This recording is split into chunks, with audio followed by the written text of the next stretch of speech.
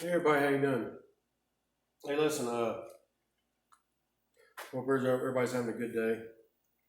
I want to answer some questions. I've been getting a lot of. I posted a video a while back on converting your TBI to carburetor, not TP, TB, throttle body injection to carburetor, and getting rid of that throttle body injection. And I've been getting a lot of questions, and you guys just forgive me because I didn't put any of the links and the part numbers and stuff like that on there. I tried, but for some reason it's not letting me to add links. I got to figure it out. So I'm just going to do a video, chalkboard, write part numbers down, parts I got, where I got them, and maybe it'll answer some of your guys' questions. And really, these are the parts that I got, that I chose. Everybody's engine's a little different. If you got the mechanical savvy, to kind of figure out your combination of what you want, you may want to switch it up a little bit. But for somebody who's not been into this very long and wants to get rid of the TBI out of their Camaro, or even a late 80s, 90s truck, anything that's got the TBI throttle body, this, you can pretty much apply this to any of them. And again, everything that I got on mine is slightly is a performance part. So if you just got an old truck, nice truck, you want to get rid of that TPI or TBI and go to a carburetor, then you could probably get away with stuff that's a little cheaper and just get a stock, basically stock manifolds, a stock carburetor. I mean, I got a cam and stuff in mind, so the intake, really, I mean, you could probably get a little bit of a rise intake for a basic stock 350 and get a little bit of performance out of it, but it's totally up to you guys. But this is what I got on my car. I've been getting a lot of questions on what parts, what part numbers I used, and where I got them. So, and there's not that much to it. Like I told you on the video, you only got a handful of parts, and you can get rid of that old throttle body injection, which through my experience has always just not really performed very well. I mean, every vehicle that I've had that in it, or buddies that's had it in it, has always really just kind of struggled with them. Either you got some emissions problem, check engine light coming all the time. Now, if you do this, I'm going to tell you your check engine light is going to stay on, because it's not going the computer in the truck, which basically just is there for the TBI system, fuel injection system. And if you got 700 R4, you may the computer may operate that torque converter clutch. That, I think, sometimes is usually, well, it would go off the throttle. It would go off throttle, and you're getting rid of all that electronic spark, electronic throttle, and stuff like that. So, but when I hooked mine up, I got a 700 R4, and I hooked mine up just like I'm going to show you on these parts, and just like I showed you on the video, and I've never had a problem. The torque converter clutch still engages, etc. And so I think the only thing you're really going to, your check engine light's going to come on just because it's not picking up the computer. And you're not going to have any. You can use your factory fuel injection pump that's in the tank for a TBI. Now let me make a differential here is the throttle body injection, I think from factory is like produces 15 to 20 pounds. Them throttle body injectors, them two injectors on top, don't take a whole lot of fuel pressure. Now if you got a tune port injection, TPI, now factory fuel pressure for them is a little higher. It's like 45 to 60. So keep that in mind. I believe that you could still get rid of the TPI on these cars, and but the difference is that you'll have to get a different fuel pressure regulator to accommodate for that kind of fuel pressure. The one that I got is only rated from 3 4. It's rated 4.5 to 9 psi. So, I mean, that's the adjustable range in it. So, but anyway, we'll get started with the intake. The intake that I got was a YN. Now, any of you guys that maybe, I got on my phone, I got the Motor Trend app. Now, I'm not promoting nothing, don't get me wrong. But on the Motor Trend app, there's a lot of shows. I think the Motor Trend app is actually promoted by Hot Rod Magazine, because a lot of the guys on there and the shows are on there are from Hot Rod Magazine. But anyway, there's a program on there called Engine Masters, and they will go on there, and it's a dyno. You got 3 guys on there, and they've got a dyno, and one of the tests is they took a 350 small block Chevy, and they tested the Edelbrock air gap, the YN Speed Warrior intake, the Chevy Performance, and another off-brand. I don't remember what the other one was. And there are horsepower differences, like the Chevy Performance part. I'm not promoting and not degrading anything. You guys can make your own choices. I'm just telling you what the dyno numbers said on this show. The best product was the Edelbrock air gap intake. That produced the most horsepower for that engine. Second up was the YN, and this is why I got it. And the YN was only down 1 horsepower from the Edelbrock intake. And there is a $100 difference in them intakes. So if you want to spend $100 for that 1 horsepower, you go right ahead. I chose to save $100, use it somewhere else, and I got the YN.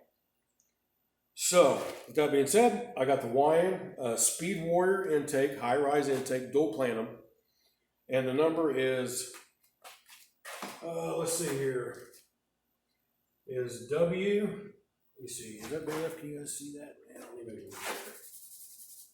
It is W N D YN dash 8150. Yeah, see that? WIN or WND 8150. It's the YN Street Warrior High Rise Dual Plenum Intake. And that, and when they tested that on a dyno, it was only down 1 horsepower opposed to the Edelbrock air gap. And the other ones was down 5, 6, 7 horsepower. I think that cheapest one they used, I can't even remember the name, it was down almost 10 horsepower. So, that's the choice I made. I went for YN, I gave up a horsepower, 1 horsepower, and saved $100. You do what you want. I think that Chevy Performance intake, it was down 6 or 7 horsepower opposed to the Edelbrock. So you guys can make your own choice. This is what I used. All right, next thing we'll go to is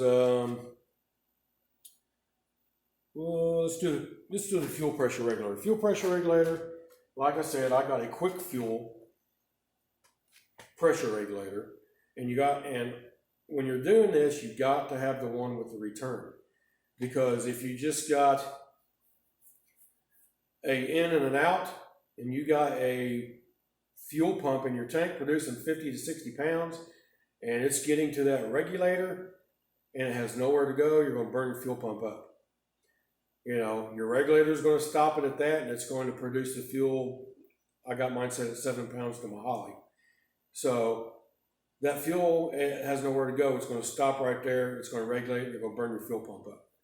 So let your fuel pump go, let it regulate, and let your return. So you've got to have a fuel filter or fuel pressure regulator with a return on it. Give that extra fuel pressure somewhere to go. Let it go back to the tank. You're going to save your fuel pump in the tank. Unless you guys just like, you know, replacing them and taking your tank out with a full tank of gas and buying a new pump every other day. That's your call. I'm just being sarcastic. But anyway, get one with a return. Now, I just put up a video of the fuel pressure regulator and how I hooked it up to my factory hardline on my car. You know, I've been getting a lot of questions. How do you hook it up? Did you use your hardline? Blah, blah, blah. And So I did a video just last week, I think, and I posted it. And so go to my page, hit like and subscribe, watch the videos. I also got a video on the throttle, and we'll get to that in a minute. The throttle bracket and your TV bracket that you're going to have to use for your carburetor if you got a 700R4. We'll get to that in a minute. Quick fuel regulator. I got the one with a return, and it's adjustable from 4.5 to 9 pounds, which is all I need because them Hollies. My Holly is perfect at 7 pounds going into it. If you go any less, if you go to 5 or 6 pounds and you're open on down the street, you're going to starve the carburetor. So 7 to 8 pounds is really where them Hollies are happy. Depends on how you drive it. Well, even if it not really depends on how you drive it, that's just really where it needs to be. And that number, it is, see, the quick fuel regulator is QFT-30-900 QFT. I know, it's a long number. Don't ask me why. There. That's your fuel pressure regulator. It's a quick fuel with a return. Again, I got a video on there how I hook mine up using my factory hardline from the tank coming up the driver's side and up on the fuel rail or the frame, the front clip, right there on the driver's side, and I mount mine right to the driver's side inside fender well and right above the hard lines, and just got a couple of couplings, hooked it up, done, no problems. Watch the video. Okay, now the distributor. Well, let me back up a little bit. I didn't put anything on here as far as the fuel pressure regulator gauge. That's not something you guys can just buy whatever. There's no certain part. I mean, just buy a gauge that goes from, if you got a TBI, mine goes from 1 to 30 or something pounds. So you can see where you can adjust your fuel pressure regulator going into the carb. You can see what's going into the carb. It's just a gauge, fuel pressure gauge. Get one. I'm not going to give you a part number because there's a ton of them out there. Just pick one that fits you. Okay. All right. So we got the intake, fuel pressure regulator coming in. Now we're going to the carburetor, and the carburetor I got is a Holly. It's not a big carburetor, and I have my small block Chevy's 30 over. It's probably about a 9.5 to 1. It's not a very high compression rating. But my cam is a comps cam. I can't remember if it's a high energy or not, but it's a comps cam. And the lift on it, on the exhaust, is 495, and the intake's 488 with a 110 degree separation on the lobe separation and 220 duration. So I think if you have any questions on your cam, you can kind of get up to about 230 on the duration and use your factory torque converter. If you start getting above 230, 235, 240, etc., you're going to have to start looking into stall converters, okay? So for anybody out there that's not familiar with that, just keep that in mind. I kept mine pretty low. It's got a good little lope to it. It's got a good little rumble to it. And it's a 220 duration. I mean, I probably could have went to 225, 230 and pushed the borderline, but that's the one I like. So the carburetor, small carburetor, what I was getting at, it's a 600, and it's not really enough for that car. It runs lean. I've jetted that thing out from factory. I went 4 over on the jets. I went 3 over on the squirters because when I first put that on there, it wouldn't run. And, well, it ran, but when I would go down the street, it just wouldn't accelerate. It hesitated. The squirters, it wasn't getting enough fuel. So I put bigger squirters on it, took care of that.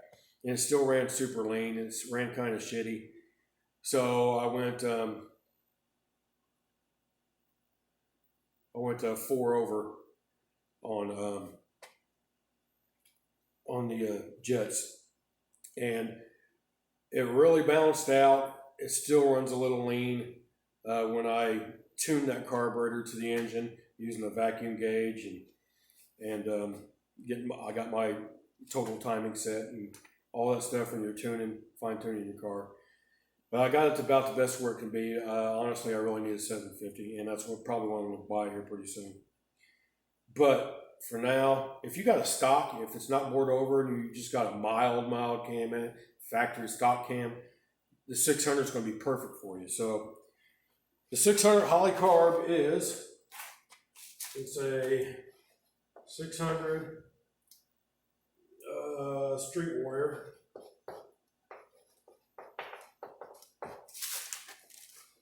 Street Warrior. And the number on it is HLY-0-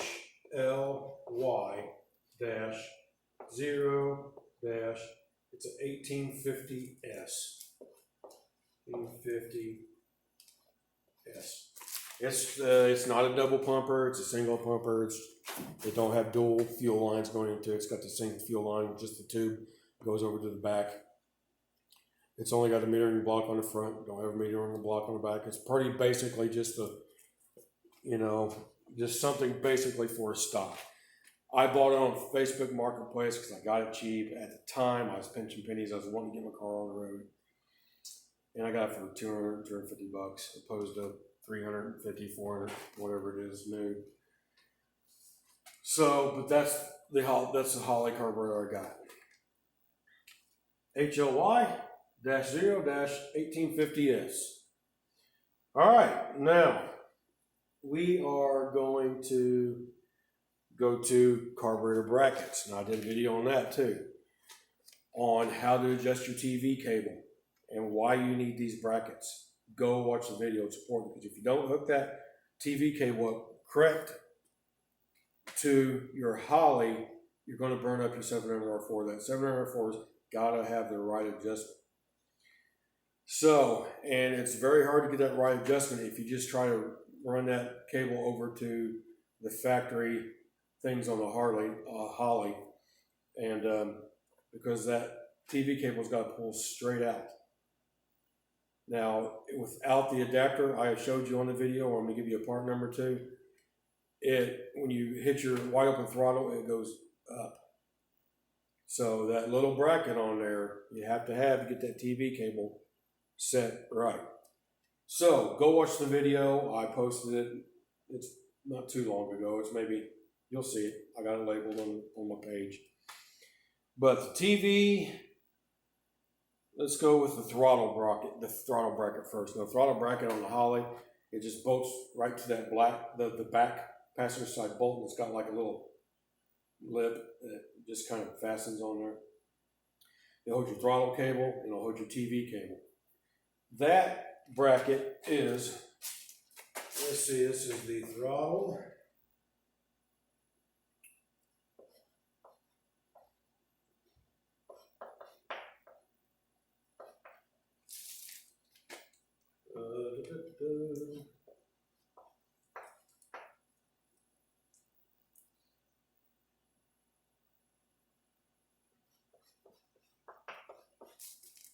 Throttle bracket, and it is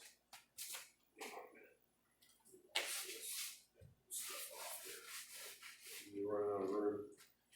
And it is it's a Holley 2095. 20-95. You see that?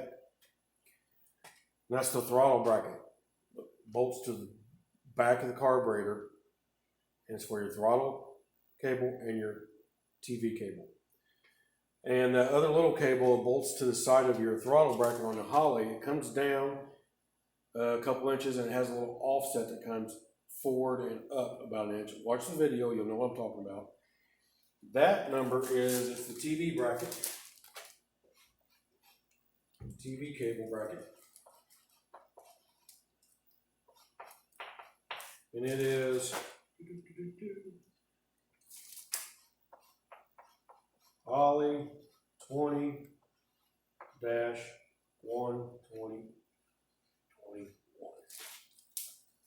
All right, that's all in part numbers. And again, fuel pressure regulator, go see how I hooked it up. Go to the video, watch it. I used my factory hard lines, I hooked it up. The wine intake, you know, I did a video when I did that, how to convert your TBI to carburetor. I did that video, it's about a 30-minute video. And describe to you exactly what you need to do. Oh, wait a minute, I got one more thing. I have the distributor, HEI distributor, and it is a Summit. I'll put it up here. It's a Summit HEI 85001-1. It's a cheap Summit HEI. It's not no MSD, and it's not any other fancy brand. It was only $100. It's working fine for mine. I mean, if you really want to make a performance video, I mean, you can spend whatever money you want. So that's it. You got your intake. You got your fuel pressure regulator. Your intake, fuel pressure regulator. You have the Street Warrior carburetor, which you can get whatever carburetor you want. I think the next carburetor I'm gonna get, I've been shopping. I really like Holley, but I think these Brawlers is a Holley brand, but I'm gonna get one of the 750 Brawlers. I watched the video on them. It seems like they're a lot easier to tune. You can change your vacuum secondary spring a lot easier without having to take the whole carburetor off. They got kits for that. If you got an old school carburetor that you can do, but Holley, Street Warrior, 1850S. You got your throttle bracket. It's a Holley 2095. Your TV cable is a Holley 20-121. I think that's really all you need. You're taking your factory TBI intake off. You're getting rid of the throttle body intake. You're getting rid of the electronic spark distributor. And I did the video on how to hide all that electrical stuff.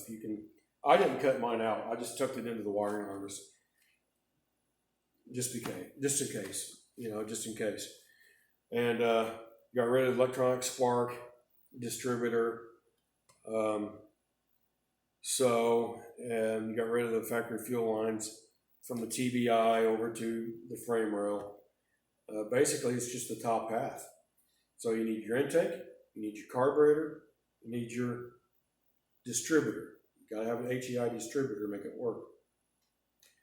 Because your coil obviously is in your HDI, because on the TBI, the distributor coil's separate. And I also did a video on how to find out where your power wire to that distributor to hook up to your HEI and your TAC. And then your fuel pressure regulator, gauge, see what's going into your carburetor, distributor. That's it. Button it all up, put it together, and tune it. Get your timing set right. My timing, I think, is 36 degrees total timing. I worked on my carburetor a little bit. Like I said, I jetted it. I put bigger squirters in it. I really kind of tuned it. So that's basically what you're going to have to do to get it running, and depending on your engine and how good you are at tuning. Get your timing set, tune your carburetor, get it all buttoned up. Like I said, all that electrical stuff goes to your TBI. Tuck it away. I did on mine. Your injector wires, your throttle positioning sensor, your air mass sensor, your map sensor, all the plugs that go into the distributor for the electronic spark. I tucked them away. The only thing that I really cut on my wiring is the power that went to the coil and my TAC. And I just wired fittings on there that would hook up to, in fact, I ordered a pigtail for HEI pigtail and just wired that up and plugged it in. And then tune it up and tune it going, get it going, man. So Hit like and subscribe. If anybody has any questions about this, if I missed something, I don't think I missed anything. So, but this is going to be your basic parts that you need. Get rid of the TBI, get your carburetor and get it running. Obviously, I got more money and parts and just performance stuff that I put on it, but that's not stuff that you really need to know. So hit like and subscribe. Let me move out of the way so you guys look at it, pause it, write it down, and hit like and subscribe. And let's keep this ball rolling. Like I said, this will go on anything with the TBI Chevy, you know, from late 80s to into the 90s. So, all right. Everybody have a good day.